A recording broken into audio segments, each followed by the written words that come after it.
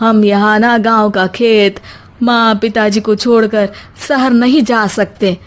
माँ पिताजी को कैसा लगेगा और गांव वाले क्या सोचेंगे।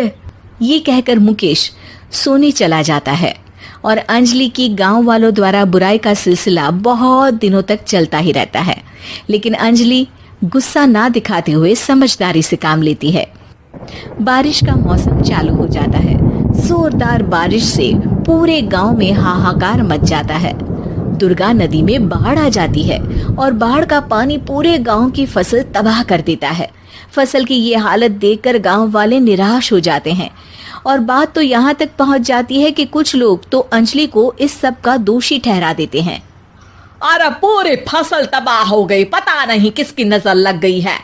अरे जब से चौधरी परिवार में ये शहर की बहू आई है ना, तब से ही गांव की शांति चली गई है। इसके कर्म कांड से माँ दुर्गा नदी भी खुश नहीं है। ये सब सुनकर बेचारी अंजलि रोते हुए अपने घर चली जाती है। कुछ दिन बाद सभी गांव वाले अपनी फसल का मुआवजा लेकर अपने अपने घर आते हैं। मुकेश भी 1500 लेकर आता है। अंजलि को जब पासबुक दिखाता है तो अंजलि हैरान हो जाती है। अरे ये पासबुक में तो उन्होंने 4000 की एंट्री करी है और आपको सिर्फ 1500 दिए। सच में? अरे वो सरकारी अफसर आपको बेवकूफ बना रहे हैं।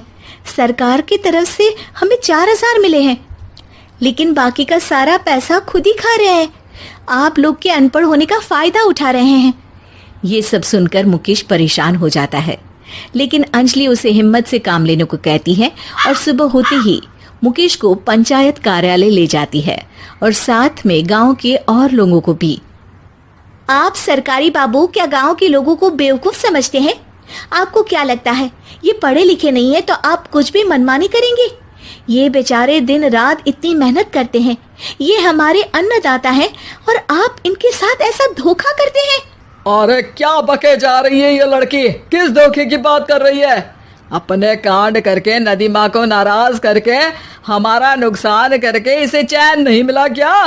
सरपंच जी, इन सरकारी बाबू ने मुझे बेवकूफ बनाया है और मेरे हिस्से के पैसे खुद चट कर गए।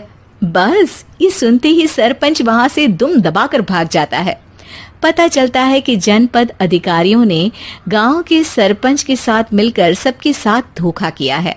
सब लोगों का विरोध शुरू हो जाता है और आखिर में अधिकारी सब गांव वालों के हिस्सों के बचे हुए पैसे उन्हें लौटा देते हैं और कई दिन तक सरपंच गांव में लौटता ही नहीं।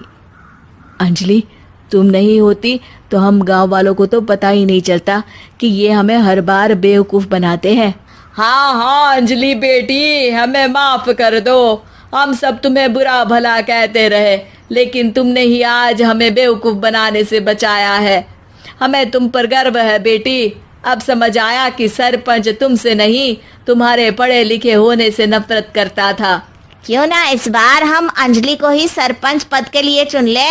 क्या कहते हो गांव वालों? पढ़ी लिखी सरपंच।